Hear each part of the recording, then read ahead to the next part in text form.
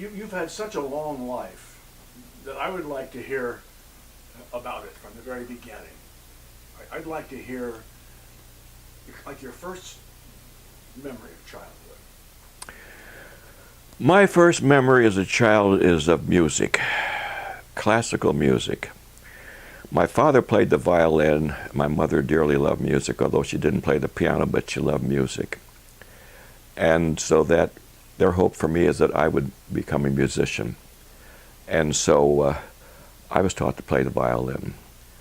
And I probably would have become a musician, except the violin is not a boy's instrument in my view. For a kid who wanted to play baseball and football and sports, violin was a sissy. So I did what I was supposed to do all the way through junior high school. I had a German instructor who would get so angry at me when I would come to the lessons and also be in the school band because I hadn't practiced, and he would hit my fingers with the bow and say, "Ach, lieber Augustine, why don't you rehearse, Gordon?" Now, I'm sorry that Gordon didn't rehearse because I do love music. And my folks played classical music while I was a baby in a crib. And during my life, when I was older and I began to hear classical music on the radio, I would say, "Oh, I know that tune. What's the name of it?" Because I knew the song, but I didn't know the name. So when they would announce the name, I'd write it down. So I carry in my pocket, not only an address book, but I've written down about 6 or 7 classical pieces that I remember, my little brain remembers from being in the crib. So that's my oldest memory. What is the significance of this? Well, when I was taking a course in psychology at the University of California at Berkeley in the 1940s, one of the procedures that the professor had was he had each of us take a strong vocational interest test. Professor Strong, I think, was from Stanford University, and he had gone to the trouble of asking a series of questions of people in different vocations, different occupations, all the way from architect to artist to engineer to plasterer to railroad engineer to YMCA secretary and so forth and so on, and musicians. Well, I filled out the form, and when the results came back, it was you were graded A, B, C, and D in terms of how closely did your interests and your love of certain things match those of people in certain occupations. It turned out that my love of music so matched that of people whose lives were spent in music. It was off the charts. And in other words, they imagine, I suppose, that 99 was possibly the highest score you could get. I must have gotten 100% in music. That's why later on when I had to choose an occupation, I picked radio. Not essentially because I wanted to go in the news, that came later, but because I thought, heck, I like music. I'll get paid for playing the kind of music that I like, and radio was perfect. So in my day, I could play the big band music. I could play classical music, light classical music, anything I wanted to. The program director didn't give me a list of things. I could pick my own music. It was heaven. But of course, over time, this changed, and pretty soon, the manager was deciding that this is going to be a rock and roll station, or this is going to be a soul music station, or this is going to be a big band music station. And so music no longer became a choice of mine, and I had to then go to music by buying the albums that were on sale in the record stores. And I developed my own collection of records, so I could run a radio station today with all the music that I like. But anyway, I play the music for my own pleasure now. So that's how music has always been a part of my life, even though I became a journalist and a newsman. I became a newsman because when I was a disc jockey back in 1947, I helped put 2 or 3 stations on the air. KRCC FM in Richmond, California was the first FM station in California, independent FM station. I helped put it on the air. And it was it was owned and operated by the Richmond Independent, a newspaper. At the same time, a newspaper in San Rafael had acquired a license, and they were looking for radio announcers, and so I applied for that and was hired by KTIM. TIM stood for This Is Marin, and in those days we had different programs. We had, the program director decided to do the sign-on at 6 o'clock in the morning would feature music by Western music. So we had a subscription to a music service that gave us the Sons of the Pioneers. And so for 45 minutes, we played that music. And at quarter to 7 in the morning, we had a transcription of a religious program where a minister was giving a sermon of a religious nature. And then at 7 o'clock, from 7 to 9, we had Good Morning Marin, which was a program where the disc jockey, could pick any music that I wanted. At 9 o'clock, we had 15 minutes of news, and I would read the news ripped off the wire. And then between 9:15 and 10 o'clock, we had light classical music. And so it went during my shift at KTIM. But since it was one voice doing all these different shows, I decided that the listener ought to have a different voice. I began to do voice changes. So for the Western program in the morning, I devised Happy Gordon and the Old Timer. And so the old timer would talk about certain things. Happy Gordon would say, well, I'd like to hear some more music, Happy Old Timer. And so that was the voice changes I used at that. Then I would probably be getting to the station too late just to sign on. I would have never had any breakfast. So during the transcription program, it was running from 6:45 to 7. I would race out of the studio. Nobody was in the office at that time. I would run down the stairs, go out the door like a shot to the nearest coffee shop, where I would get a cup of coffee and some donuts and gobble it up as my breakfast, and then run back to try and get to the station before that record ran out at 7 o'clock.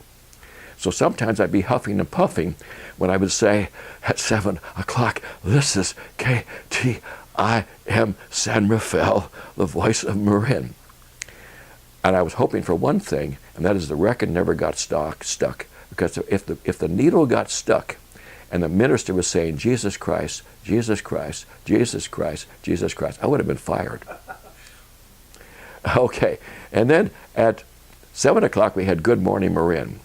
So for Good Morning Marin, I had a voice change. I invented Daisy May. Daisy May was someone with a high-pitched little staccato voice. And Daisy May would always say, Daddy, what are you doing there? I said, get your hands off of those controls. The next thing you know, the records would be running at the wrong speed. I'd be chastising Daisy May. And so that was the dialogue that we had going with that. A guy that joined the station at that time and began to have airtime was Bruce Sedley. Bruce Sedley thought that these voice changes was a lot of fun, so he began to do it. And he began to do voice changes himself. Little did either of us know that was going to change his life and create a new career for him. Because when he eventually entered television, he began to use voice changes on television with a puppet. And he got on KRON as Captain Sedley and became a very important child's actor. Okay, I want to go back because we kind of skipped from you in a crib listening to classical music to you being a clever DJ. Yeah. But what about other growing up kinds of things in the 1920s? Weren't people on hard times in the 20s? Heading into good times, but then hard times. Right around that time, you were born in what, 1919? I'm born in 1921. 1921. Okay, so you probably remember the 20s a little bit, and what happened in 1929. Oh yeah, very definitely, yeah. Can you talk a little bit about it?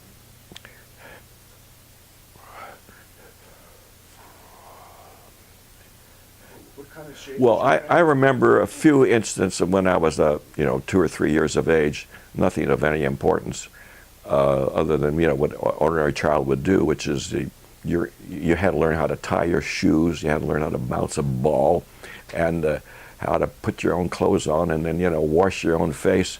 The only problem I felt about being a child is I couldn't reach the faucet to turn the water on. I was too little. So being little was a problem, and so growing up was an advantage. But the 1920s, the first thing I remember that comes to my mind about the 1920s was Limburg. This was 1927. And at that time, my father, who had a tire shop, that was how he earned his living at that time. My father loved railroad work, and he also was taking flying lessons at the Oakland Airport. Oakland Airport consisted simply of a barn for a hangar, and anybody that had any kind of an airplane would be down there taking off and landing, and there wasn't any control tower or anything. So when I was 5 years of age, which would be 1926, my dad said, "Come on down, I'll take you for a ride on my airplane." So he was taking flying lessons in a World War II two-seater. And I went with him, and he said, "Okay, Gordon, sit on this box while I'm going to go try it out with my instructor." So he gets in this bi-wing airplane, and I sit in the box watching him. World War I. You said two. World War I, yeah, World War I. And I'm sitting on this box while he hops in this, in the two cockpit seat, and they start to take off down the field.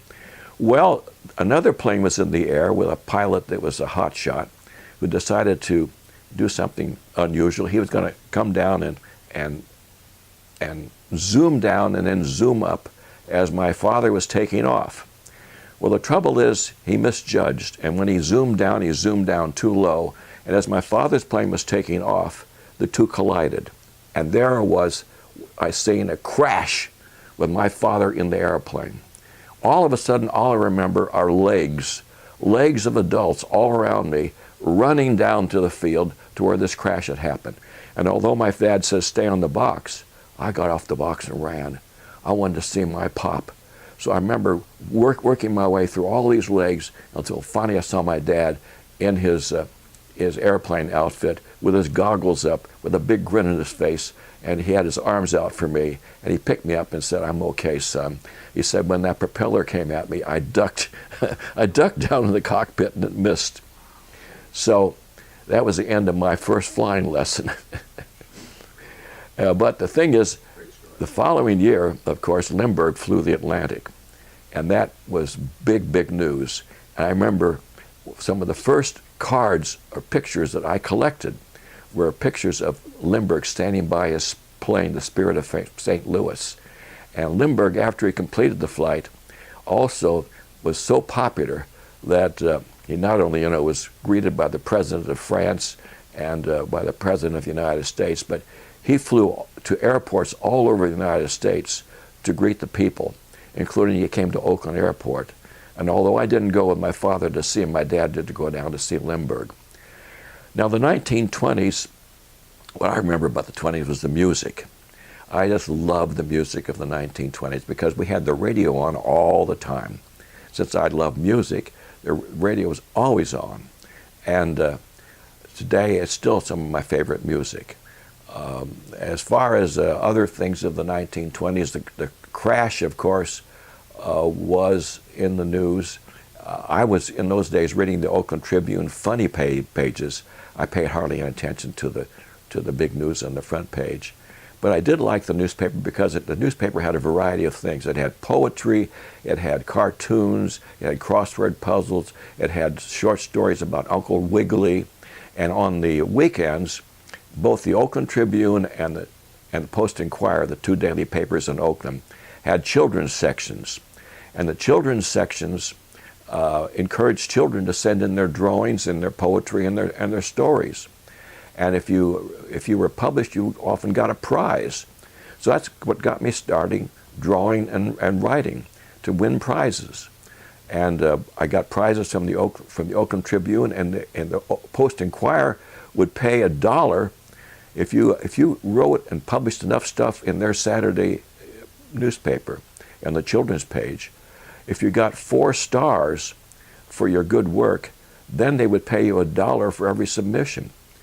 So eventually I not only became a 4-star writer, but a 4-star cartoonist, so that I could get $2 by writing a story and then illustrating it. So I have a whole scrapbook full of cartoons and stories that I wrote when I was 12 and 13 years of age, writing for the Oakland Post-Inquirer and the Tribune. So I wish the newspapers today would pay attention to children and do that, but they don't pay attention to children in their pages. They really don't. So what happened in the, I mean, obviously there's a transition period between your childhood and the war years, and the Hitler and the drums beating over in Europe. Okay, well, of course, when the Great Depression hit, my father lost his tire business. In other words, he was smart in going into the tire business, because today there's a big chain called, what's the name of that chain? Well, there are businesses that exist at selling tires, because automobiles need tires. But anyway, people didn't have any money, and my dad therefore had to go out and get any kind of a job he could to feed the family. So he ended up taking jobs like the iceman, delivering ice to the homes, or he even was delivering newspapers from door to door one time when he couldn't get any other kind of a job. But he could run a locomotive, and one of the best jobs he got was running a locomotive at a steel plant in Alameda. And then when they were building the Bay Bridge, there were jobs for higher wire men, that is, men who could work at high elevation. So since he needed work, he said that he had such experience, although he didn't.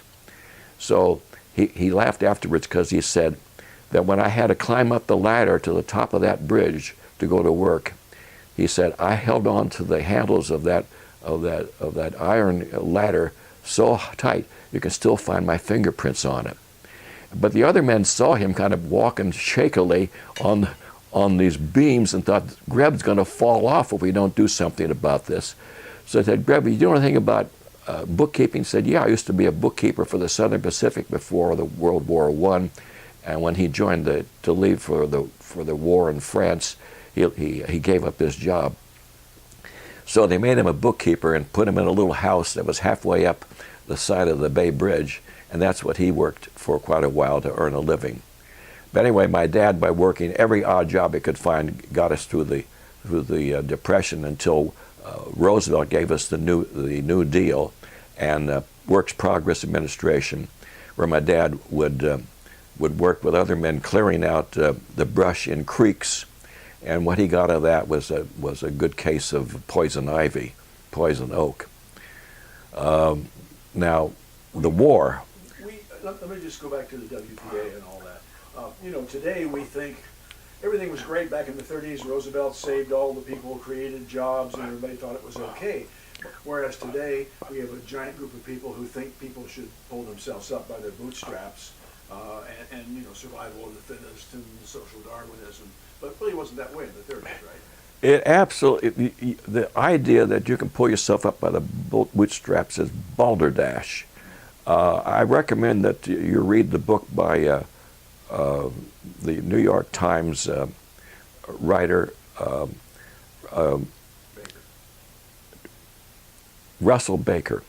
It's called Growing Up. Growing Up is the story of Russell Baker coming from one of the thousands, hundreds of thousands of families where there was no job for anybody, and people were just on the verge of starvation. I've written a little bit about it in my book called Google Brain, but actually I should probably have written a whole book about the Great Depression, because it was a challenge that this nation faced, and thank God for the New Deal, because it gave work to men who wanted work.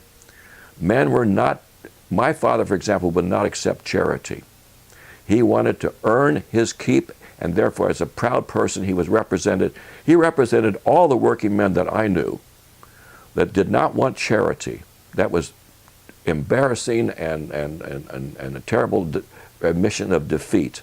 And as a proud American, he was going to earn every penny that he put into his mouth, every piece of morsel of food that he put into his mouth. Yeah, keep going. You're doing well. Well, my hat's off to Roosevelt, Eleanor Roosevelt, and the New Deal, and the programs that he put in to help people who were down and out. And actually, the situation was so bad, people were starving to death on the streets in America. And that should never have occurred. And anybody who believes that you can pick yourself up by your own bootstraps ought to try it sometime. In fact, in a chapter of my book, Google Brain, I suggest that people who want to run for public office ought to try it out. I mean, why don't you go out sometime and just with maybe, I'll give you $5 to put into your pocket, and then go out on the street and become homeless. How are you going to survive? Where are you going to eat? What are you going to eat? Where are you going to sleep? Where are you going to get a job? Now, perhaps if you're an educated person, you won't have too much trouble solving this. But remember, back in the 1920s and 30s, not everybody went to college. Going to college was very, very rare. And not everybody had finished grammar school. So that, therefore,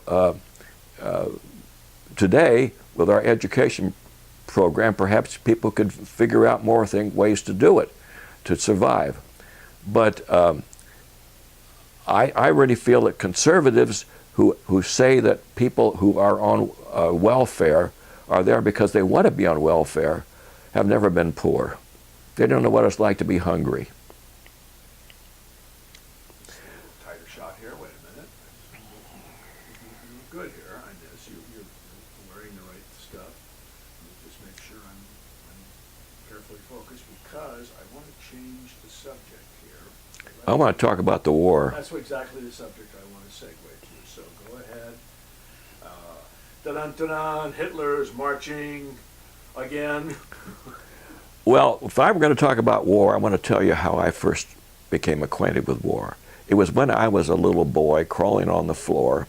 My father had brought some books back. He was in World War I. He belonged to the engineers.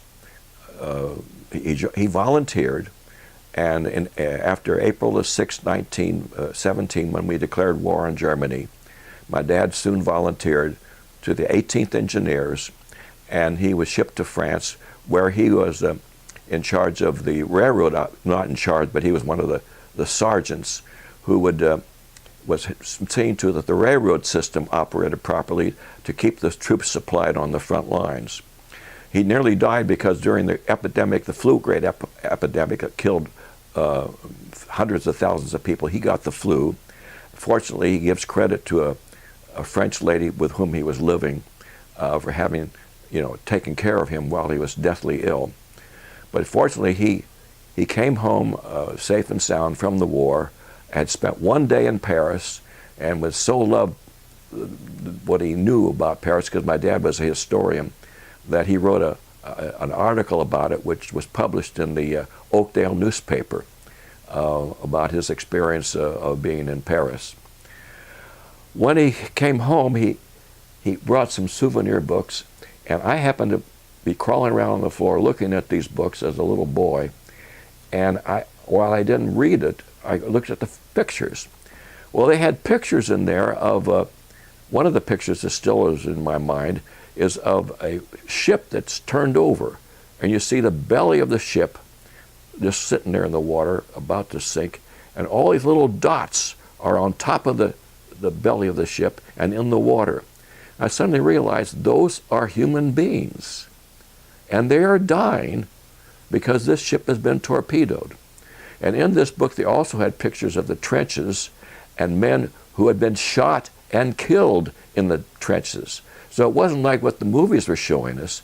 Heroes jumping up and going over the top and charging the enemy with their rifle and then sticking the enemy with a bayonet and then coming home as heroes. No, you die in a war, and these are pictures of people who were killed in the war.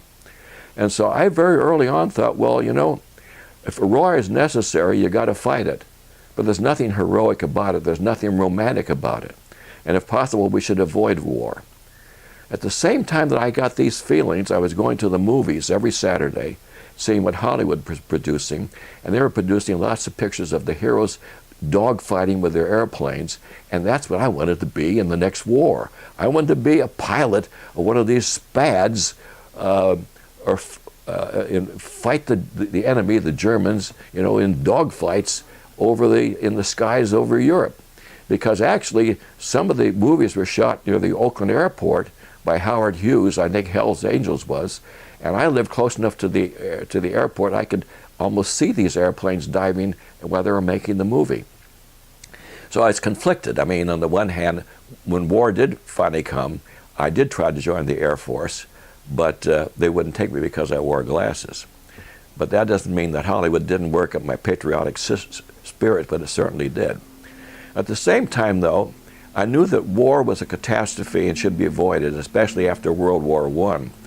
And so not only did I enjoy going to the movies on Saturday, but I also was startled when I first saw a newsreel of Adolf Hitler with his goddamn swastika in this car being hailed as the great leader of Germany. And I thought, as a boy who was about 12 or 13 years of age, he is going to be big trouble. And so it became pretty apparent to anybody who paid attention to the news, just in a cursory fashion, that Hitler was going to be a problem, and he was. But you see, World War I was so horrible and terrible, and so many young boys were killed on the front lines by the machine guns and the grenades and the artillery shells. England lost the prime of its youth. France lost the prime of its youth. The Germans lost the prime of their youth.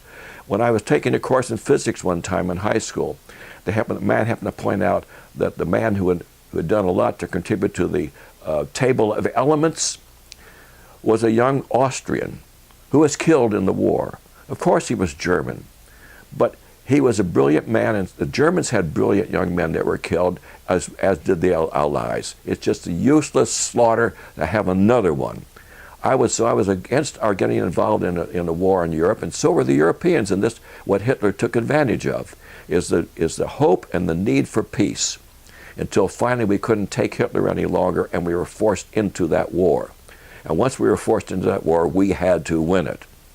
And how we won it is a tribute to the leadership that we had, not only in the White House, but in the military, with George C. Marshall as chief of staff, of Eisenhower as one of the prime planners of the military, and we as a nation were not a military power, but we had to become one in a hurry. And how we did it is a tribute to American ingenuity and patriotism, and with pulling together, of all of us pulling together, Republicans and Democrats alike. Nobody asked me when I was a soldier in the war, are you a Republican or a Democrat or a socialist?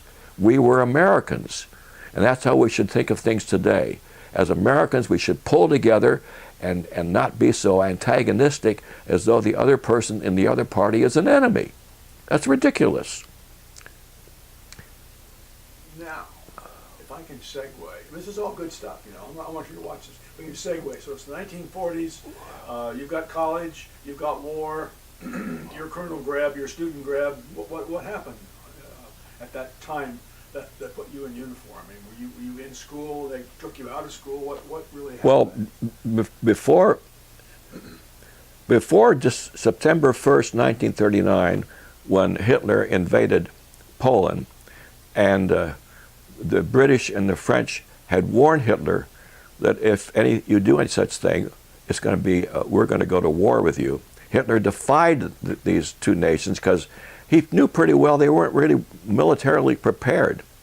So war was declared on September 1st. But before that, I was so opposed to getting involved in another European war, because it seemed like Europe constantly had wars. Read the history books, one war after another. So the best thing to do is to stay isolationist. I was an isolationist. I belonged to an organization that fought to keep Roosevelt from getting us involved,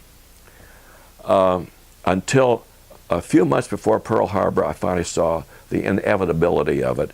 And so I quit this organization. And I thought, if it's coming, I'll serve. But if I serve, I won't be drafted. I'm going to volunteer. But before this happened, in the spring of 1939, I was a senior in high school. And I was in an oratorical contest. And I chose to give a talk on why we should stay out of war.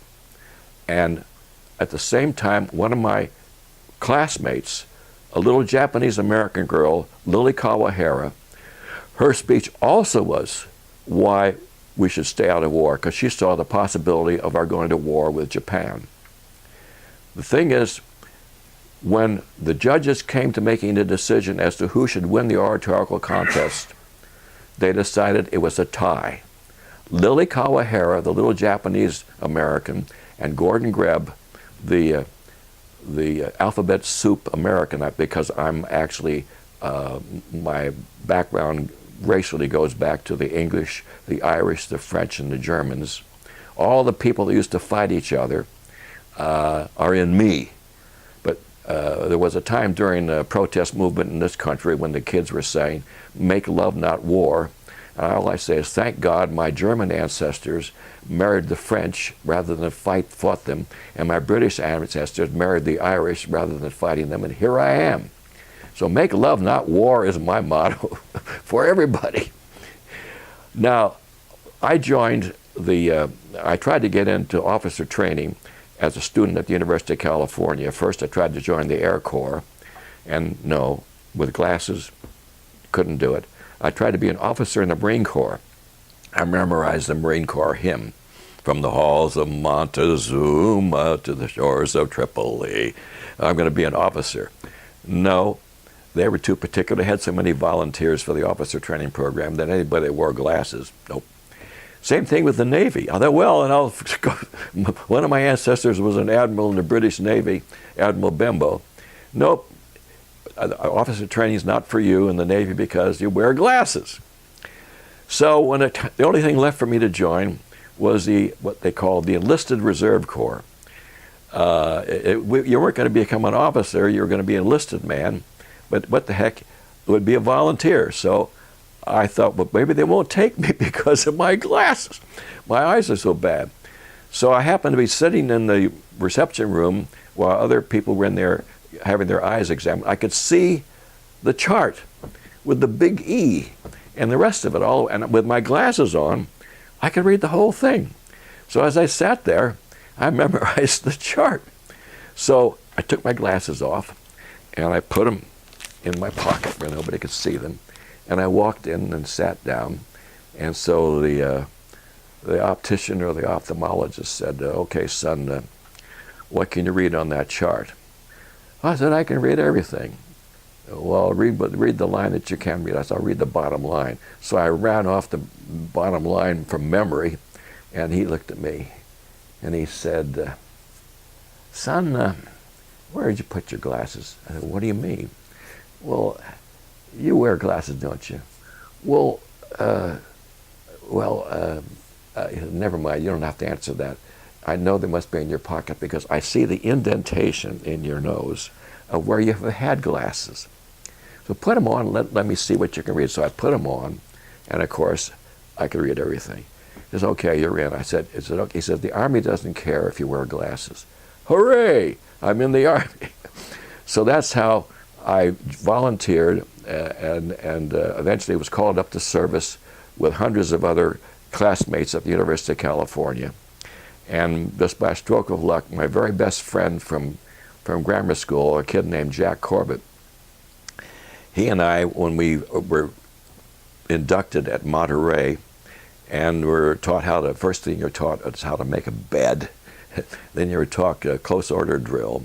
Then you were taught the general orders. And then you were taught how to salute and all these basic things. And then after 2 or 3 days of orientation, then interviews. I was interviewed, and I was only 1 semester short of graduation. If I'd had a bachelor's degree, I would have gone to officer school. And I remember the interviewer got up and to see whether, because of my background in journalism, I couldn't be eligible for public information officer or something. They said, no, he needs to have the degree. So I went in as an ordinary private. And when we were assembled and the names are called out as to where we were going to be sent to and what kind of an outfit, infantry or Air Corps or engineering, my name was called with about 6 other men, and one of them was my best friend from grammar school, Jack Corbett. So 6 or 7 or 8 of us were put on a train and sent back to Fort Knox, Kentucky, where we were put into the armored forces. And the reason I think I got into the armored forces is that my hearing was so good. When I took the test on dots and dashes, they figured I could be a radio operator in a tank. Well, actually, the tank is the last place I wanted to be because I can't stand hot weather. Inside a tank, you're going to get hot as blazes. But that's where I took my basic training. And by this time, we were engaged in fighting the Germans, that is, we, the United States, in North Africa. And after a calamity failure in the first engagement with Rommel, Patton came over and took charge and turned things around. And in no time at all, we turned Americans into fighting men that were not going to lie down against the enemy. And next thing you know, the Patton was defeated. If they hadn't defeated Patton as swiftly as they did, I would have been a battle replacement and flown over there and put into the line as a battle replacement. But because all of a sudden we scored the first victory, we, the Allies, of World War II, that took the pressure off of the men in the armored forces. So I could either then go to officer candidate school or to a new program called the Army Specialized Training Program. The ASTP, Army Specialized Training Program, was a program that was going to take all those guys who had been in college and were smart and could be used in many specialized ways to be sent to college and receive special education in basic engineering, in psychology, or in medicine, and special skills like that. So I was shipped to Ohio State, which was a separation center. Separation center meant that we were being examined and tested to see whether we were qualified to go to medical school or become adept in psychological warfare by becoming experts in psychology, or whether we could become basic engineers and be able to join the engineering units of one of the fighting forces. So since I had gone to clerical school in basic training, they pulled me out and put me into clerical work at Ohio State. And as a consequence of that, when the time came to assign men to their universities, they were being sent off to the University of Kentucky and so forth, I got assigned to Ohio State itself, which was a great assignment at Columbus, Ohio. I was there in 1943, and a very important event happened in 43 while I was there, although I didn't know about it, that while I was having a cup of coffee at the Destler Wallach Hotel, a mother was giving birth to a very outstanding young baby. Now, no one knew the potential of this baby, but later on, when we found out his name was Mike Adams, said, "Oh yeah, Mike Adams was born in Columbus, Ohio in 1943. Whatever happened to him?" Well, something really great. Read his books. Read his biography. Read all about him on, go to Google and put his name in Google. And anyway, that happened in 43 while I was there, although I didn't know it until years later. But anyway, I was in this program when we were going to school from morning till night.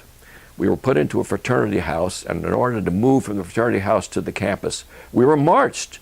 And as we did, we were singing songs. Because I like music, I would strike up a song, and I'd get everybody singing one of these songs on the way to the mess hall to have breakfast. And after breakfast, we would have one class after another till 5 o'clock. When we were then marched back to our not our barracks, but our fraternity house. And then we were held in quarters to do our homework till lights out at 9 o'clock or 10 o'clock. And that was what I did until the program was changed and abolished, and then we were all assigned to different fighting out. So you did two really important bits of research in the 1950s. You did the censorship thing and you did the Herrold discovery. So why don't you talk about your research? Because you are a scholar, an academic.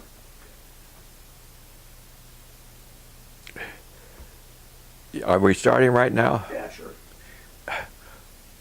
You don't want to hear about my war experience. Yeah, you can wrap that up and then go into. Okay. I was called into service with a bunch of other guys from ASTP, and I was assigned to the 102nd Infantry Division.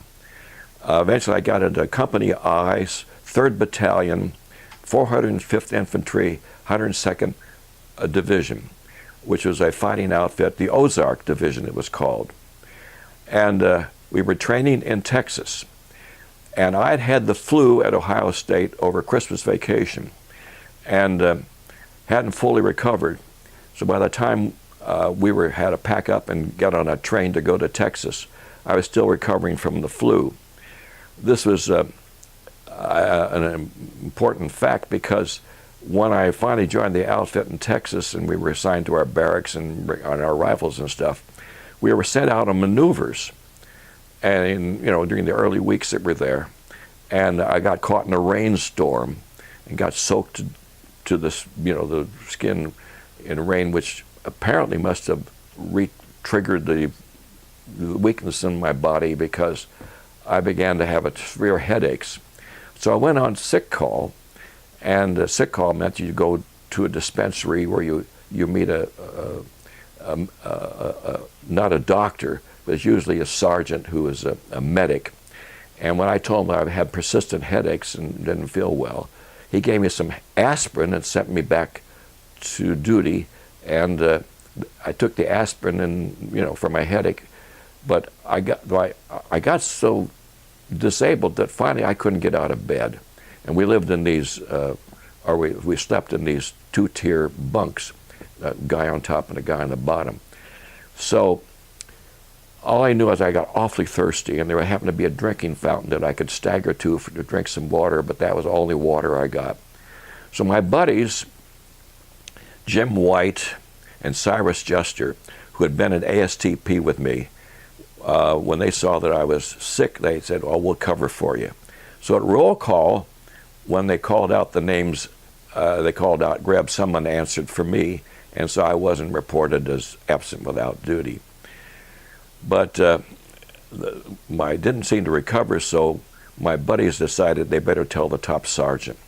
So the next day when they told the top sergeant that Greb is pretty sick and he's in his bunk, the sergeant came over to look at me, and he looked at me, and I guess he felt my head, and immediately they called for an ambulance because I was very, very sick. So they dressed me and put shoes on me. At that point, my feet were killing me. As they put me in the ambulance, I still remember, God, my feet are just killing me. And I remembered one time reading that if you have diabetes, it's going to affect your feet. So finally, I remember being on the gurney going into the hospital, and a doctor leaned down and said, "Son, what seems to be the trouble?" I said, "I think I got diabetes because my feet are killing me." Good thing the doctor didn't pay attention to my diagnosis, but took an x-ray, because it turned out I had a severe case of pneumonia. So bad, they put me in an isolation room where they expected me to die. Why did my feet hurt? Because on this bunk, there was a little guy with small shoes that had his shoes under the bed that I was in. They put the wrong shoes on me. They squeezed size 10 on a size 12 foot. So it had nothing to do with diabetes. But anyway, I found myself finally in this room by myself, and they were giving me some kind of medicine, I guess. And although I was deathly ill, and they sent in a priest to give me the last rites, all I remember is a priest, I was so happy. Somebody's taking care of me at last. And the priest, "Oh, hello, Father. No, I'll get better, don't worry." So he did the sign of the cross on my forehead, which is, the last rites. I didn't know that. Psychologically, I was happy. physically, I was dying. They sent a telegram to my folks in California saying, "We're sorry to report your son is deathly ill, not expected to live." My dad caught the first train he could to come see me before I went to the other place. And by the time he got there, I was better. Why? Because somebody invented penicillin. And they tried it out on me, and it worked. So, but on the other hand, I lost so much weight, and I had a big scar on my lung that even when I was up, they put me out into the ward for a few weeks. When the time came for me to go back to duty, they felt I was still 2 weeks, so they put me into a rehabilitation outfit where they were going to help me rebuild my strength. And by the time I had my strength rebuilt, I was on the last train from Camp Swift, Texas, to catch up with my whole outfit that had shipped out to Fort Dix, New Jersey, where they were going to be, it was the assembly point for being shipped overseas. By the time I caught up with them, I'd missed out on all this training. I had never fired a rifle, a machine gun, a revolver. I'd never had any training in gas attacks. I was a complete incompetent in terms of being able to, strip a rifle down and use it to kill the goddamn enemy. So when they took a look at my records, they decided this guy isn't ready, drop him off. So they dropped me off into a casual company. A casual company consists of all of the guys they don't know what to do with. I mean, sick people that they had to drop off, or people that didn't work out, or even maybe malcontents, I don't know. It was a great group of idiots. So after I was in this thing, bored to tears, we would go out and have to police the area, which means pick up all the smoked cigarettes and butts and stuff. It had been policed so clean you could eat off of it. So in my boredom, I thought, God, I could write a story about this. So I went to see the captain, and I saluted, and I said, "Sir, I'm going to ask your permission if you'd be all right if I wrote a story about this most interesting casual unit." "Interesting casual unit?" I said, "Yes." I said, "I'm a reporter. I used to work for a newspaper in civilian life, and there's a camp newspaper. They might be interested in the interesting people that we have in your outfit here." "Oh, well, just a minute, soldiers. It's at ease." So the captain kept up the phone. He called headquarters and said, "I'm going to talk to the major." "Yeah, I got a man here who is a reporter who feels though he could write stories for your camp newspaper. Would you be interested in this?" "Uh-huh. Okay, I'll do that." So the soldier said, "My Jeep driver here, Corporal Jones, will take you to the newspaper office. You're going to be interviewed over there to see if you can be used." So I was taken by the captain's Jeep to the newspaper office, where Sergeant Jack Israel, who was the editor, was desperate for help because they just shipped out 2 or 3 of his top reporters who had worked on the New York Daily News, the New York Mirror, and he was short-staffed. So he said, "Okay, Private Greb, sit down at this typewriter. Here are some notes. Do me a story for the paper." So I sat down, took a look at the notes, pounded out the story, and handed it to him. He said, "That's pretty good." He said, "What else can you do?" I said, "I can do anything you want." So I gave him a couple of more pieces and said, "I think I want to use you." So he called the major in charge of the public information office. "I'll take this man." So I got assigned to the camp newspaper. And this was just pure, wonderful heaven, because here I had a talent that I could put to use on behalf of the war effort. Furthermore, the newspaper office also had radio studios next to it. The radio station was not in operation, but there was recording studios in there.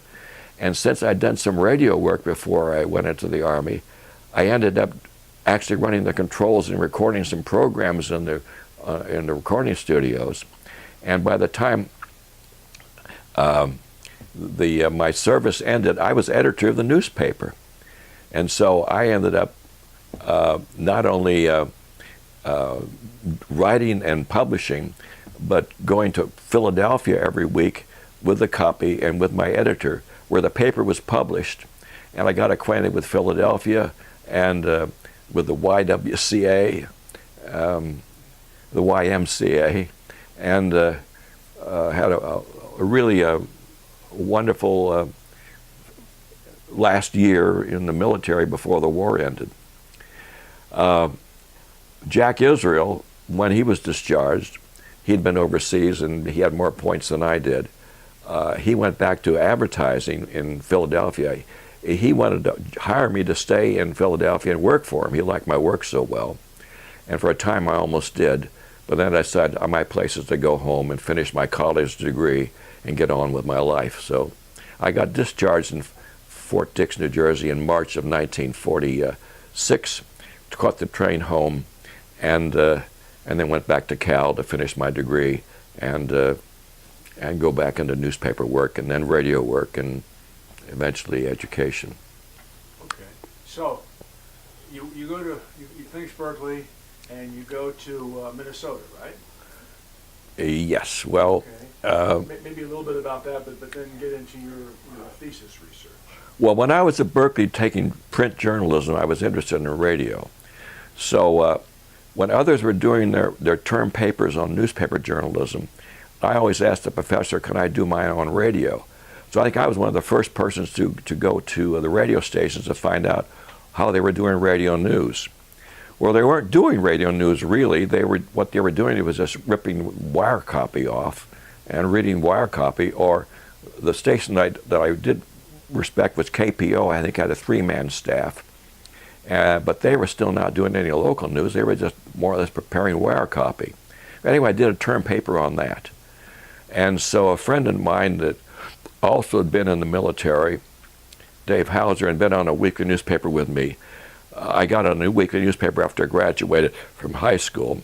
Every summer I worked for the San Leandro News Observer. So we decided, why don't we see if we can't get the local newspaper to let us do a 15-minute local news program on KROW in Oakland. The paper was sponsoring a 15-minute program of music, so we said, why have music when you can have news? So we got the publisher, we recorded a sample program and played it for the publisher, who got really excited and said, boys, I will be happy, I can't pay you for this, but in return for your doing this program for us, you have first call for all the passes that we get here to all the plays and musicals and programs, in Oakland and San Francisco. So that's how I ended up going to see all the plays in San Francisco on a press pass, because we were doing this program for KROW. Now, that got me by doing this program, I got inside a radio station. Up to this time, when I would apply for a job in radio, I was told, what's your experience? Do you have a first-class license? No. So the only way I could get inside a radio station to even know how to run a control board was to do this program. And so we hung around and found out how radio stations worked by doing this weekly program. And from that, after I finished my degree at Cal, when there was this opening for a job at KRCC, I volunteered for that, and then I went from KRCC to KTIM in San Rafael. And then I left San Rafael and became a manager of studios that were put into San Leandro. KVSM in San Mateo thought maybe that the East Bay might be a better place for a sponsorship. So they put an experimental studio over there so that we were going to be broadcasting about 2 or 3 hours a day from 4 to 6 p.m. from San Leandro. And I became manager of that operation and ran the radio station there. But as I was manager, I also had to go out and sell time. And the people are always asking me, how many people listen to your station? Well, I didn't know. Are you sure you got listeners? Well, yes, we do. I mean, we surely must have, because people seem to buy the product. So I felt as though we were kind of fudging it a bit. I really wanted to know, how do they do survey research? And I happened to visit the University of California to visit my old professors there one time in the summer, when a visiting professor from Minnesota was there who said, if you're ever interested in graduate work, I could put you on as a teaching assistant doing teaching radio courses at Minnesota. So I thought, why not? Why don't I go back there? They specialize in research and public opinion measurement. Not only could I learn how to measure the audiences that listen to radio, but I could, or in public opinion, but I could teach courses back there. So that's why I went back to Minnesota to work on a master's degree, and that got me into education. Also what happened is I had to pick a thesis to finish my degree. I could have either done more coursework, but I wanted to do a thesis. I actually wanted to write something.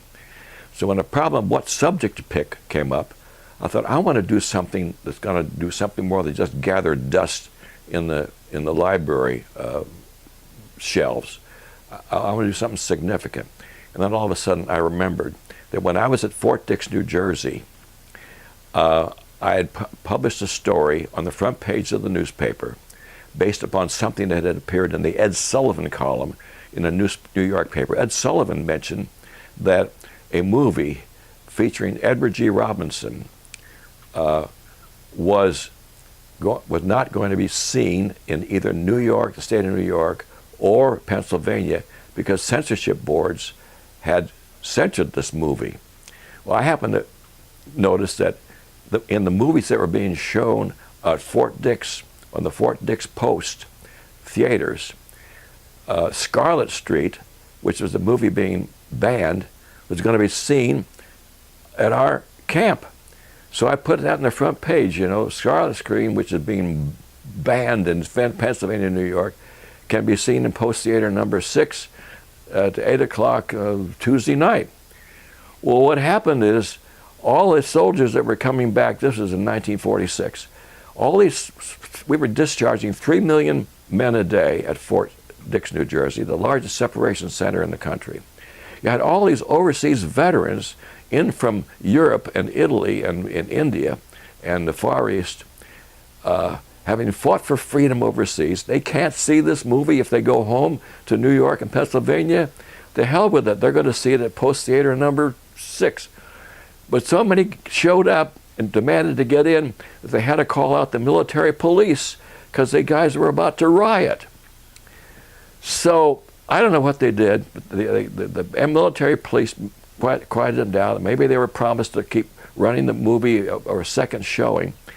But this stuck in my mind.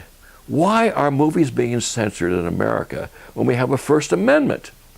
So I chose that as a subject for my thesis.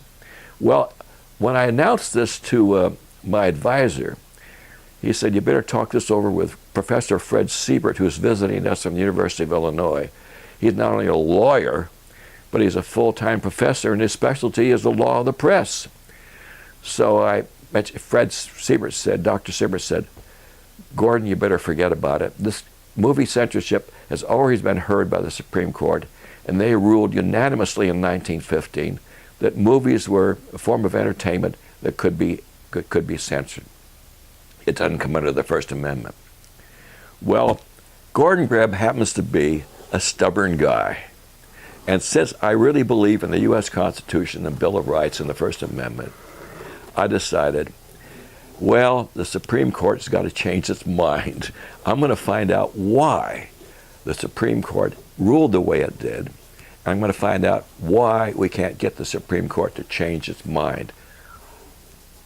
That was the task I gave myself.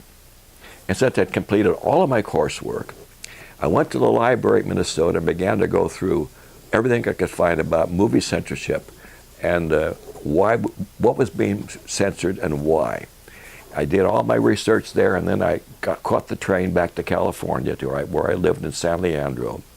I went to University of California, and because I had an alumni card, I was able to go through the library there, and I began to do my research there.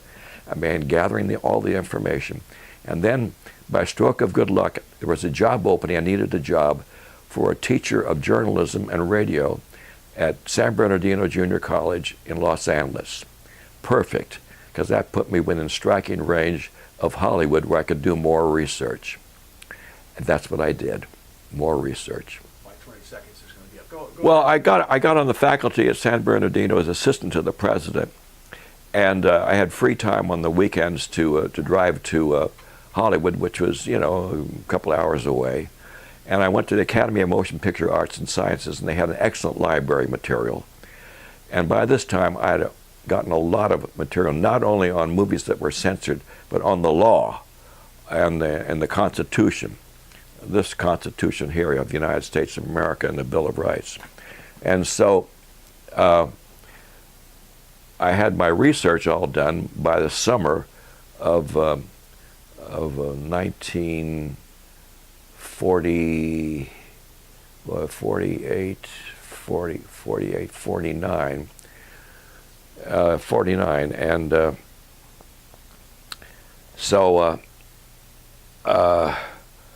just at that time, I got a phone call from Minnesota saying there's an opening for a person to teach journalism, radio journalism at the University of Oregon, if you're interested. So I thought, well, I'm taking when I get I'll write my thesis this summer, and I'll take the thesis with me, and I'll go by way of Oregon and stop off and see if I can get the job. So I had all the research done. I had to write the thesis. So in the house where my mother and father lived, we had a downstairs room where it could be used as an office. So I spread all of my stuff out on the floor. I got my typewriter, and I typed my thesis in 12 days, day and night. Kept my mother awake because I was typing at 2 o'clock in the morning. But I typed this thing in 12 days, got it together, caught the train, stopped off at Oregon, was interviewed. Of course, they wanted to see my thesis. And the professors that read it said, pretty good job. And they offered me the job. And so when I got back to Minnesota and presented my thesis, I had it professionally retyped, and it was approved. And then I had to send a letter to the president of the San Bernardino Valley College, tactfully resigning, asking to be relieved of duties because I had this new job at at Oregon. And so that's how I got into university teaching. Say a few words about what your censorship did. What was it? Well, what happened, of course, I got the thesis argued for freedom of the movies in presenting news and opinions. And fortunately, there had been some cases in which various justices had indicated their liberality in terms of supporting the First Amendment for all media, that I was able to quote such as Supreme Court Justice Douglas and others in my argument. I compiled a legal case, but what I also did was I wanted to find out what Hollywood thought about censorship. So I sent off letters on University of Minnesota stationery telling them I was doing research on movie censorship. And I asked them two questions. Number one was, do you believe that movies should have the same rights and responsibilities as newspapers? And number two, do you know of any cases of movie censorship of any movies you've been involved with, and would you have comment on that? So believe it or not, every single letter that I sent to someone working in Hollywood was answered. Every one, including Art Cohn, who was working on Stromboli with Ingrid Bergman on a movie. When he got the letter forwarded to him, he sent an airmail letter back to me from Stromboli saying, God, yes, I believe movies should have the First Amendment rights. Ronald Reagan was chairman or president of the Screen Actors Guild. He too sent a strong endorsement of my proposal that movies should be covered by the First Amendment and have the same responsibilities and freedom as the press. And so I got vice presidents of MGM, of Universal Newsreel. I got dozens of letters all supporting the contention that Hollywood wanted to be free of censorship.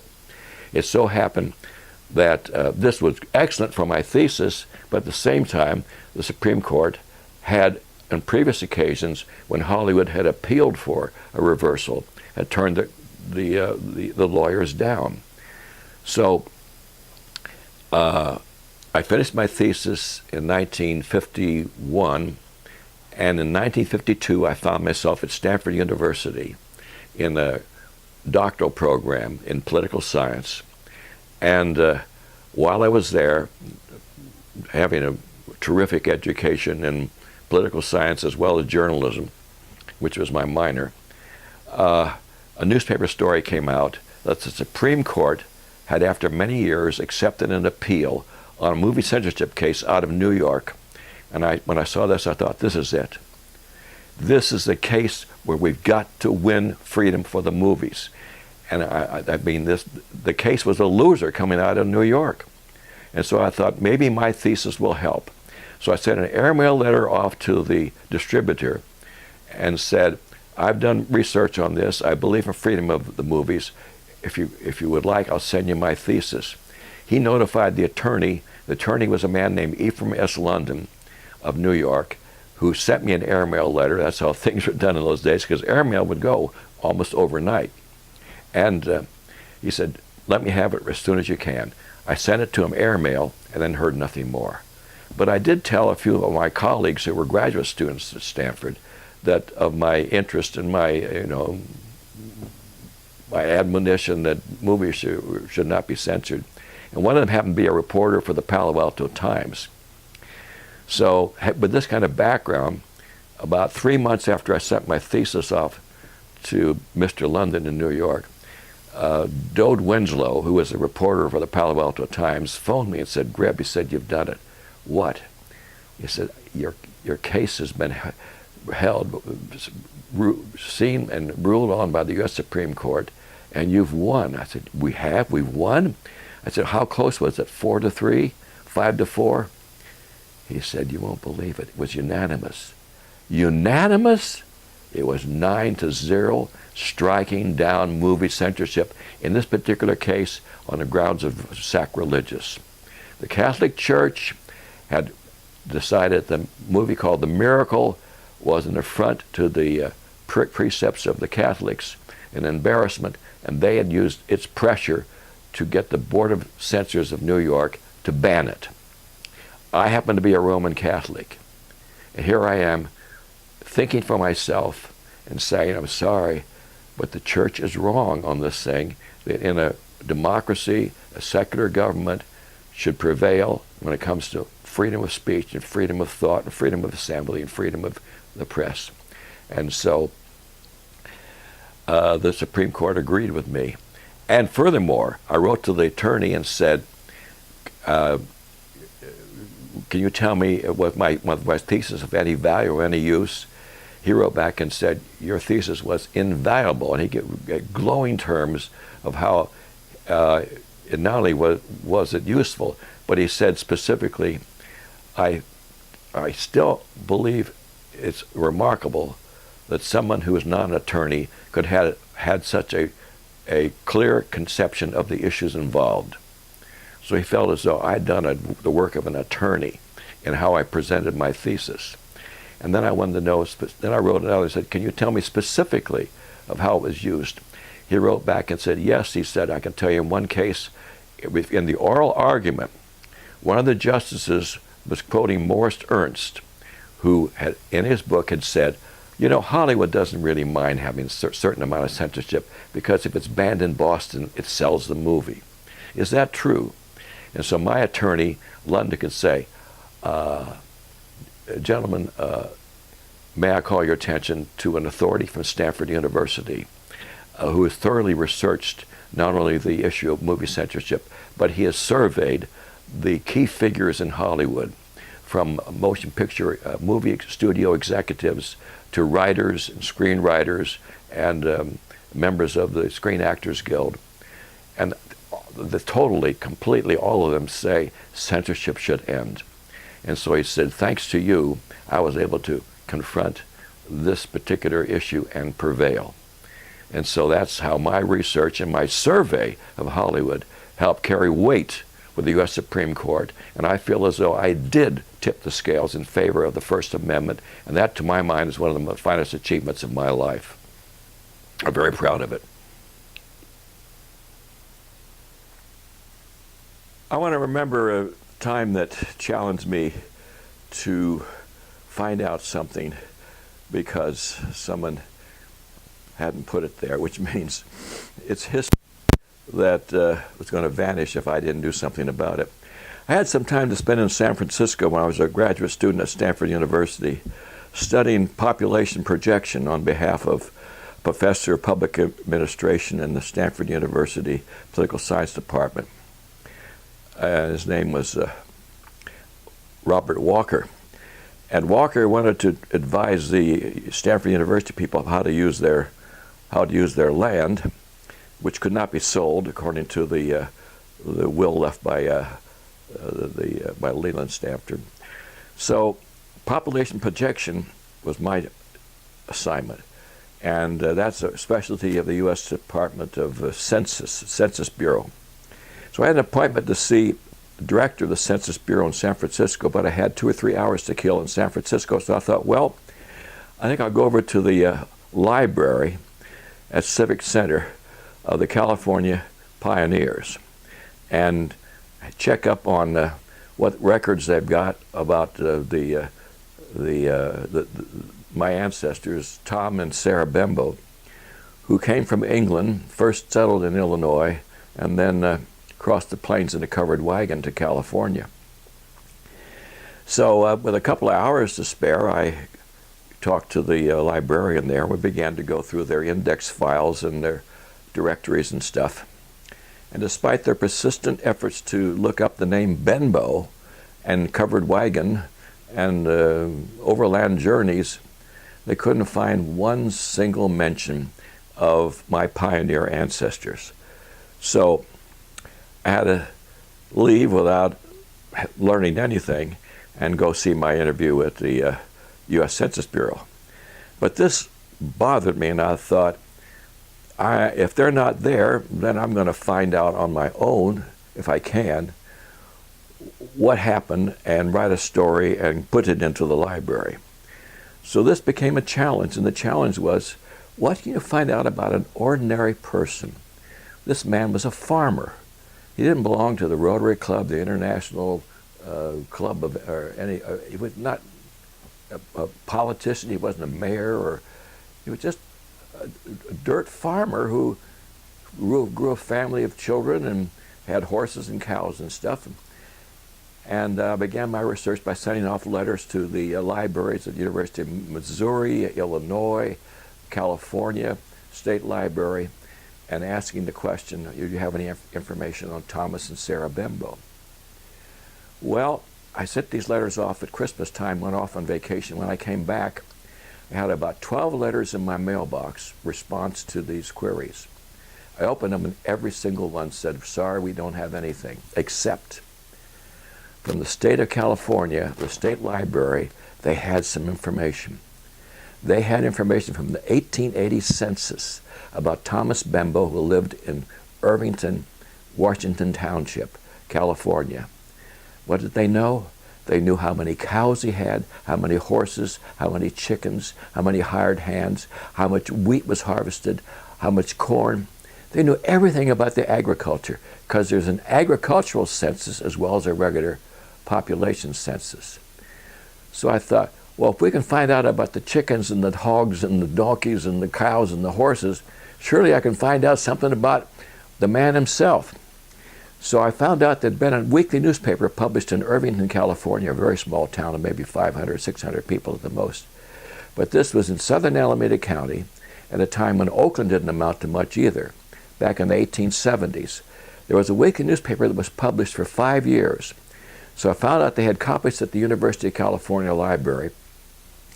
I went there and I went through all issues of that newspaper, and that's when I began to get information about Thomas Bembo. At one time helped a neighbor fight a fire on his place and saved his house.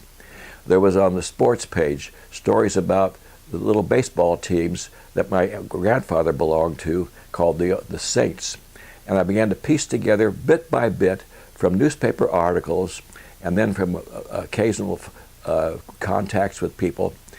Then I interviewed the world's oldest cowboy, who was a guy named Thomas Wabb, who had retired to Livermore, He was still alive at the age of 105. I interviewed him, and he remembered delivering meat to the Tom Bembo Ranch around 1870. And I interviewed a woman who was 85 years of age that my grandfather proposed to one time, and she had turned him down. Her name was Annie Weston. Too bad she turned him down because she never got married. She kept saying, "When is Oliver going to visit me again?" I'm sorry, Annie, but Oliver married another person called Annie Berry, who was my grandmother. Anyway, I finally got enough information together to find out that my ancestors had gone to Utah and had, according to family legend, had missed out on the Mountain Meadow Massacre, that they were going to join this wagon train coming through that eventually was murdered at the Mountain Meadows. So I thought, that's kind of funny. I better, why did they plan to do that, and why didn't they go? So happened a book had just been published about the Mountain Meadow Massacre, written by a woman named Juanita Brooks, who lived in southern Utah. So I wrote her a letter and mentioned what I was looking for, and bingo, I found out, guess what? My great-grandparents had belonged to the Mormon Church. Yes, indeed, they'd crossed the plains in a covered wagon, and they were with Brigham Young. And yes, they were with the first group of wagons to arrive in Salt Lake City. The next thing I knew, by tying in with the Mormons, I not only knew what had happened, I knew every day of this trip. I knew what wagon train they were in, the people that were in it, the times when the horses ran away, when they needed water. The story suddenly came together. And so therefore I was able to write a 10-page piece while I was at Stanford University. I had it mimeographed or multigraphed, and I put a copy in the library at the University of California Bancroft Library.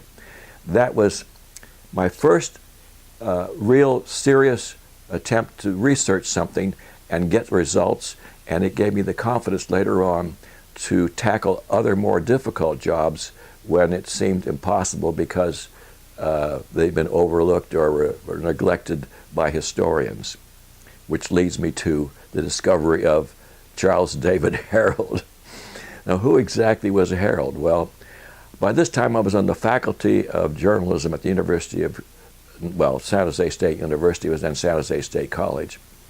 And I was advisor to a university club called Sigma Delta Chi. And we wanted to place a historic marker honoring somebody who had achieved something in journalism. Up to this time, the markers that had been put up by Sigma Delta Chi throughout America had honored newspaper editors and publishers like William Randolph Hearst. But I remembered reading one time something about, it was like visiting the library in San Jose run by Clyde Arbuckle. I was doing a feature story, and Clyde Arbuckle one time was showing me through his exhibits and picked up a funny-looking, looked like oversized telephone, and said, "This is a microphone from the world's first broadcasting station that was here in San Jose in 1909. I thought, huh? What do you mean? Well, there was a radio station here then. I said, well, the accepted date for radio is 1920, not 1909. Let's go see your Indian exhibit. I didn't believe it. So it wasn't until years later when I was looking for a project for us to honor as a journalism society, I remembered this thing that Clyde Arbuckle talked about. So I sent a student over to see Clyde to find out, what does Clyde have in the way of historical evidence? The next thing you know, he came back and said, you better go over and see Clyde Arbuckle because he's got files of stuff and you just might be interested in talking to him to find out what it's all about. Well, what happened eventually is that by digging into this thing, I found out that the radio station was still on the air. It had been in San Jose, had become known as KQW in 1920 when there were licenses. And then the call letters had been changed to KCBS, and it was still in existence in San Francisco. So I called the manager up there. They had never heard about this. It was all news to them. So they began to make broadcasts to say, anybody out there who remember hearing old KQW or ever knew Charles Herrold, get in touch with us. So the next thing you know, we had the radio airways being used as research to gather together people who were involved in early day radio. That's how I discovered that Herrold's first wife, Sybil Herrold, or she was now known as Sybil True, lived in San Jose, in fact only a few blocks from where I lived.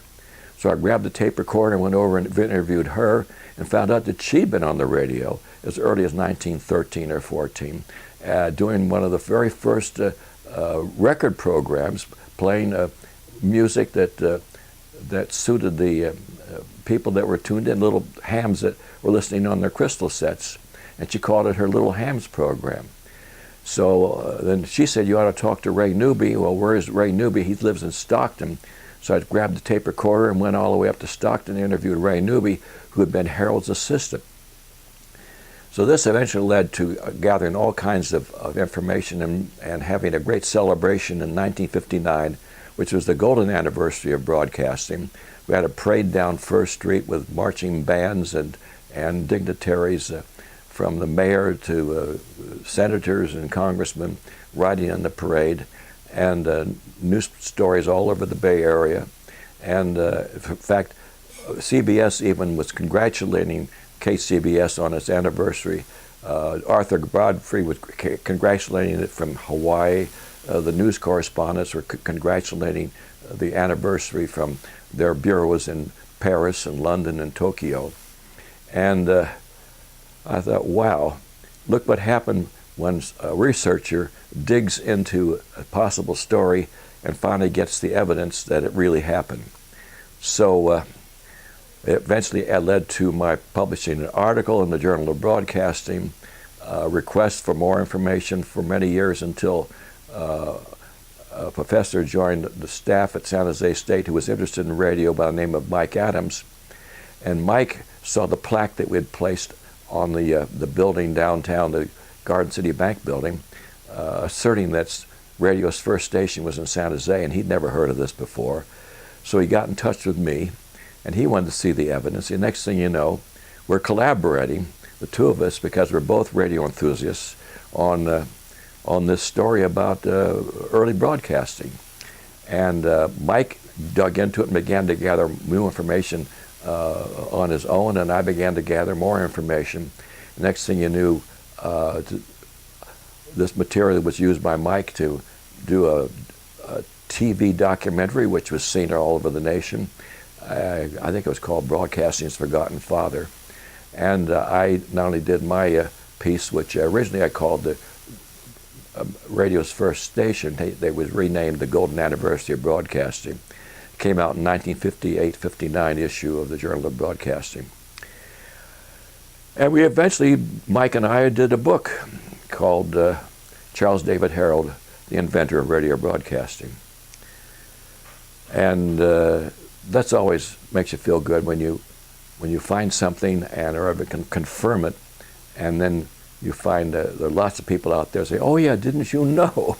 Everybody knew. Well, the thing is, everybody didn't know, and they're never going to know if you don't document it, write it up, take pictures of it, and interview people, and gather the information and make it public, which is what Mike and I finally did with Herrold. I have 5 minutes left on this particular run. Did you want to do something for San Jose State for that award, or just use the part you did about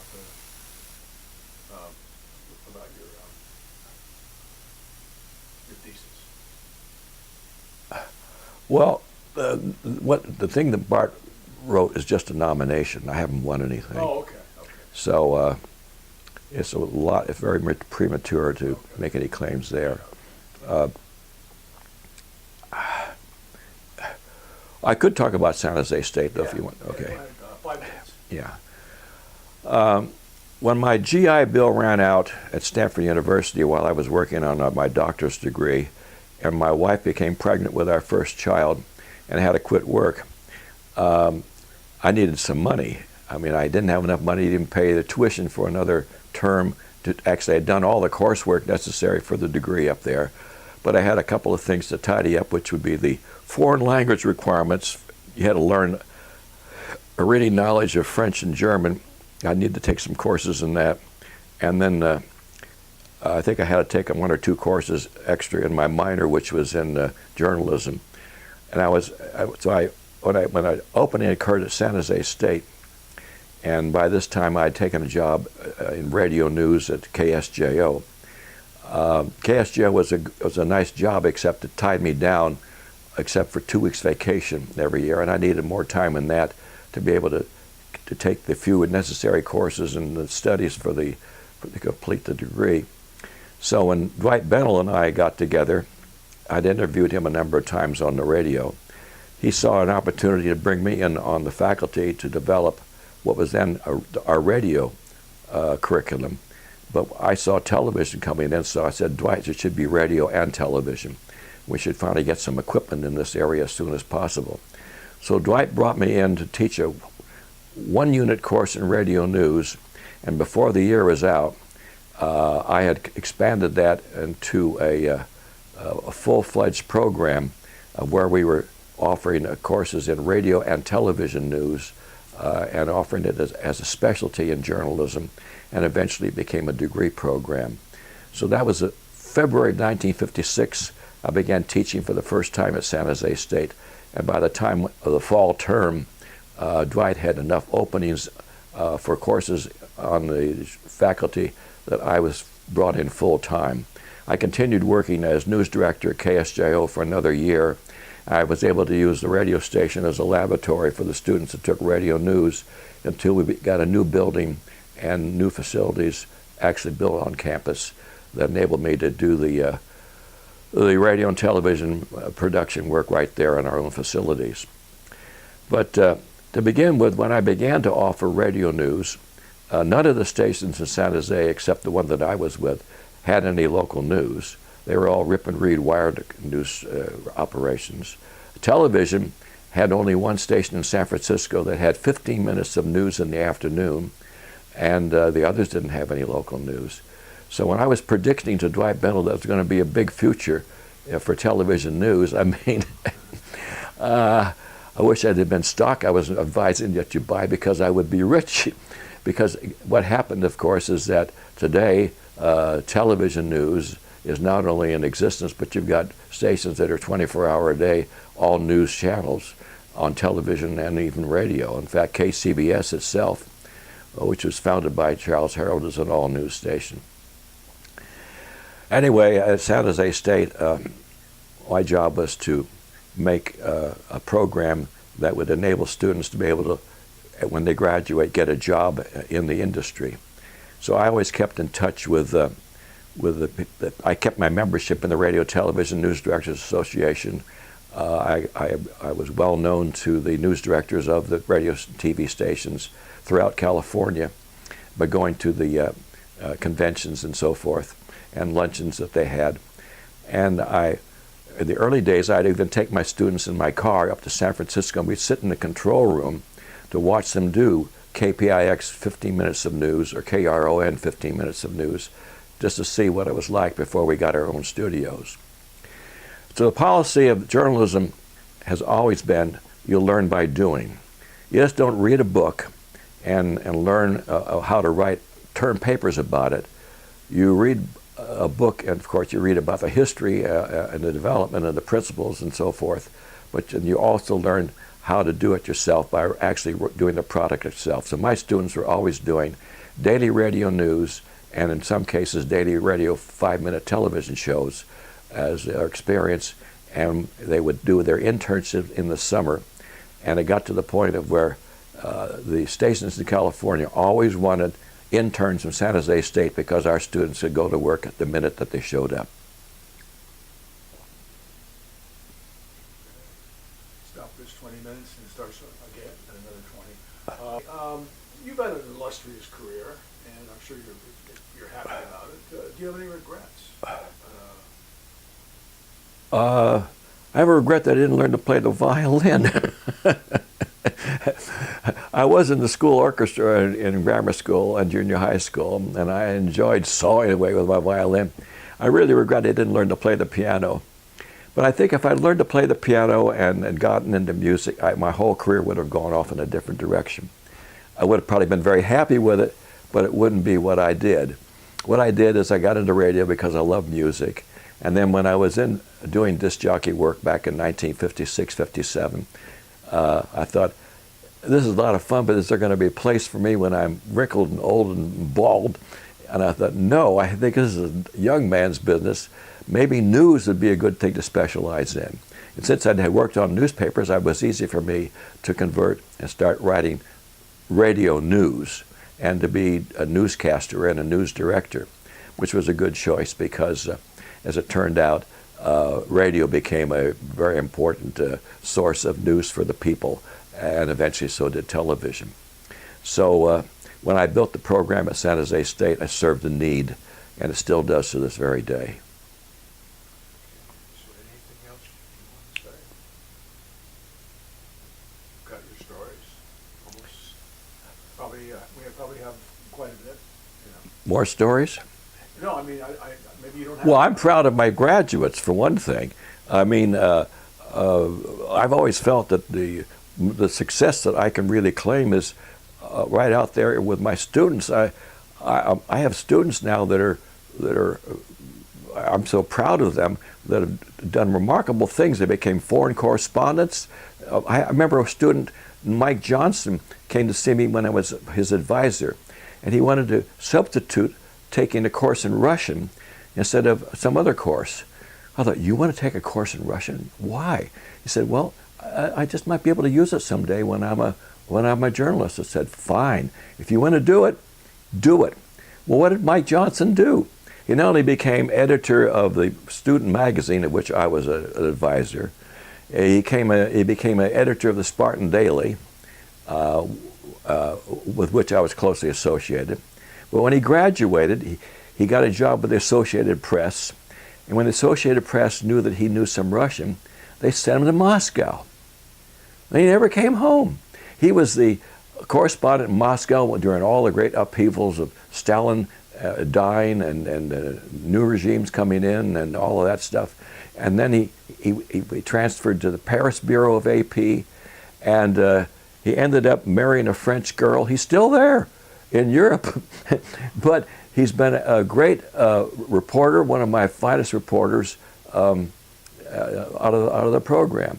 I've had others that also came out of my program that became overseas foreign correspondents, getting shot at in the first Gulf War was one of them, and down in Central America had another student who was reporting for United Press.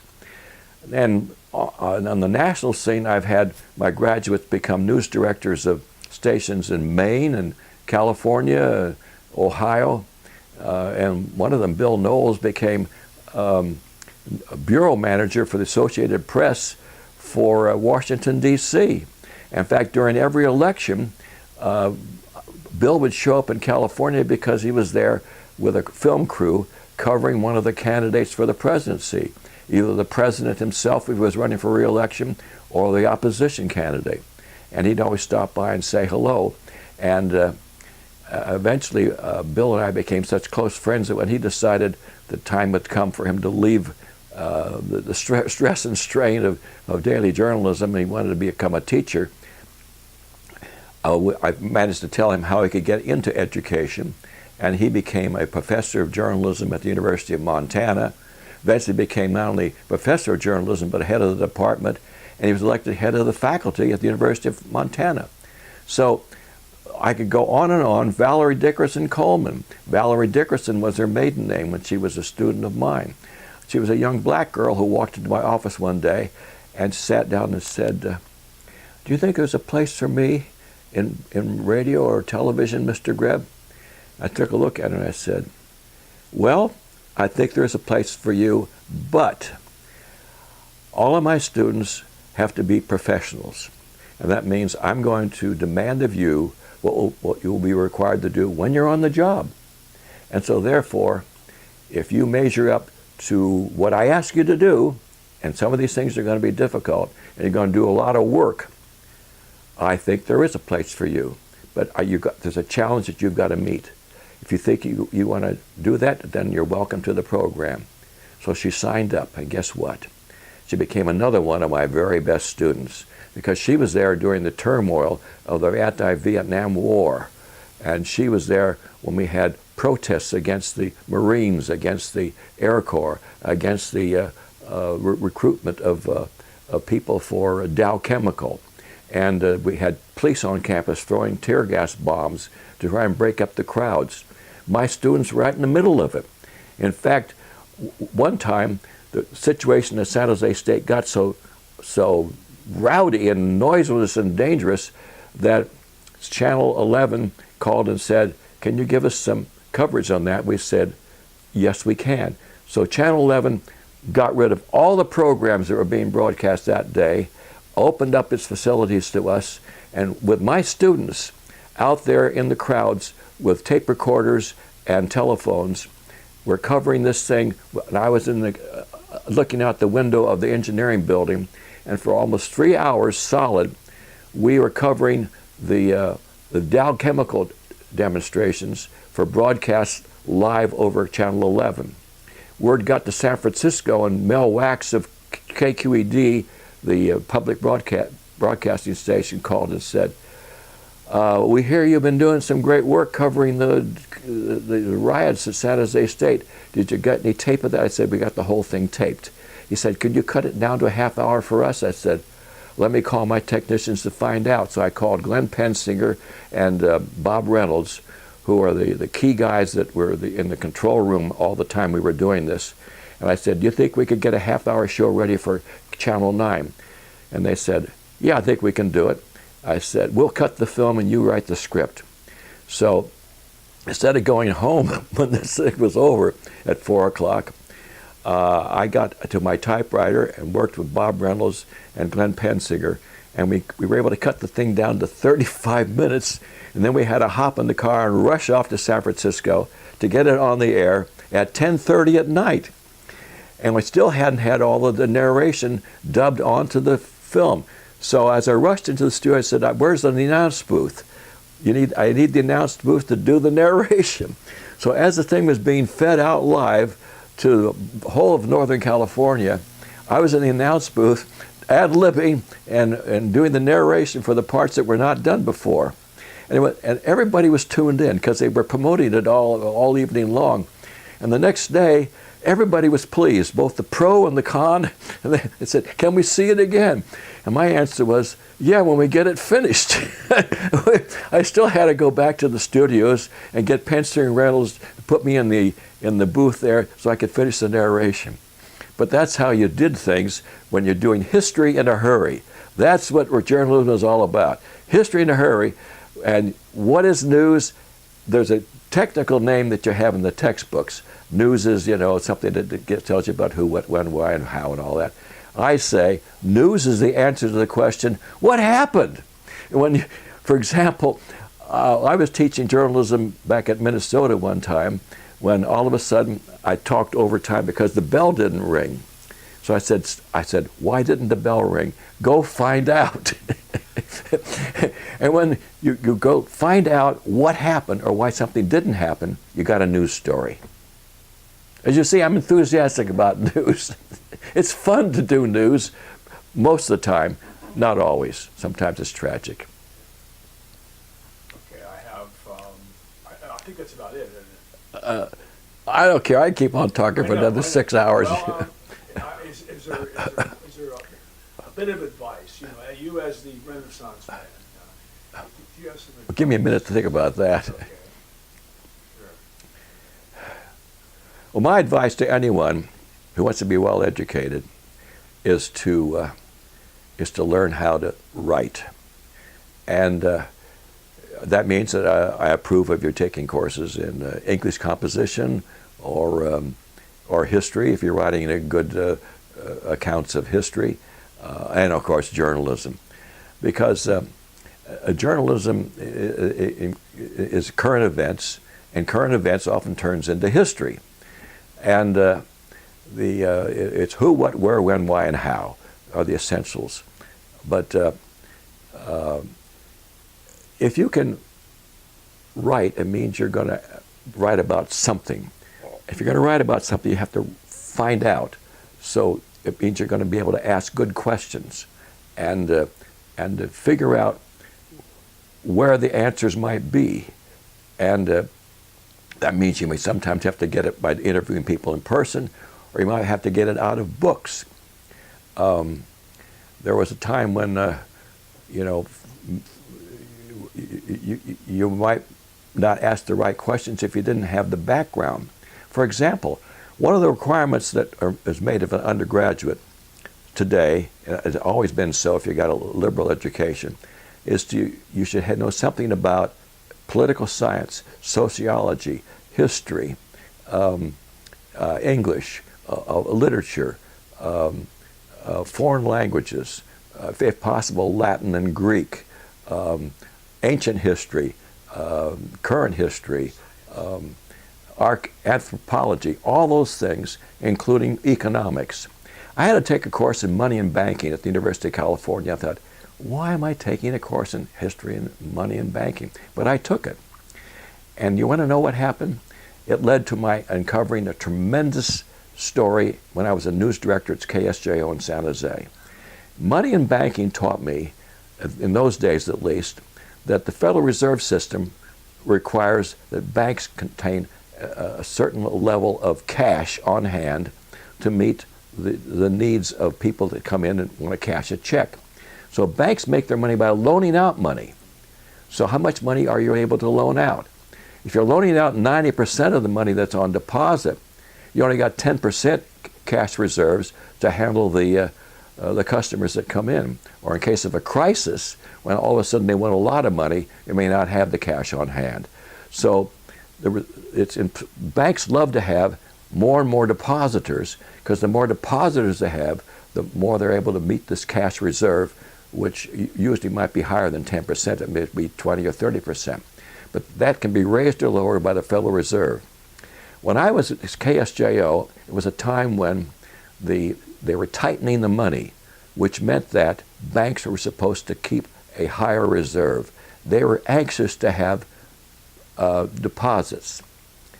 The story I found out was, on the wire, stories were coming out of Sacramento accusing the state treasurer of some kind of misdeeds. In other words, the state treasurer's son, who worked for the state, was cashing checks which were bum checks. This was a story against Gus Johnson, the state treasurer. Then a week later, another story came out. I found out these stories originated with the office of the governor, Governor Goodman J. Knight, and they were originating from his budget manager, who was a very powerful person, but he was trying to put the pressure on Gus Johnson to do something, and I wondered, what was that? And I began to realize maybe they were trying to get him to move money, because Gus Johnson decided all the state's money was not in a big vault in Sacramento. It was on deposit in banks throughout California. And the banks that had these deposits were making money because they had more money to loan out. I began to make a theory that Goodman Knight had been supported in his election by a bunch of banks which were not getting their share of the state's deposits, and he wanted Gus Johnson to move the money. So I got in touch with the bureau manager of Sacramento and said, can you send a reporter over to interview Gus Johnson and ask him some questions? One of the questions he should get to is ask him, who's forcing you or trying to put pressure on you to move money? And where do they want you to move the money to? This is all theoretical for me, from my course in money and banking. So that's what UP did. The reporter went over to see Gus Johnson and had a nice little chat with him about this, that, and the other thing. Finally said, by the way, I have a client down in San Jose that wants a statement of where you keep all the money. Can we supply that to him? Yeah, be no problem. So they sent me a printout of where all the money was. And then he put the question to him, who's forcing you to make money, to move money? What do you mean? He said, moving the money. Gus Johnson had by this time had enough from Governor Goodman J. Knight, so he just unloosened himself with a barrage of vindictive against Goodman Knight, and And bow, it was a big headline story. Gus Johnson blasts the governor for trying to force him to move the money. And it turned out to be a big battle over who was going to get the deposits of money. What it eventually led to is night prevailed upon his friends in the legislature to investigate Gus Johnson to find out what kind of mismanagement the office was engaged in. It was a hullabaloo of a fight. It ended up with Gus Johnson retiring. He had to quit. He was an old guy. He was in his 70s. And he'd had enough of the politics of warfare, so he quit. But it was, according to UP sent me a thank you note because I had the first story on the air, exclusive, all the background news. UP beat Associated Press with this story. It so happened when AP was having its annual meeting in Palo Alto, they came out to see these headlines with a UP byline. And the bureau manager said it was the best story of the year. And I got that story because I'd taken a course in money and banking. So who knows, when you take a course in anthropology, history, psychology, what it can lead to. Be a well-educated person is my advice for anybody who's going to be a writer or a journalist.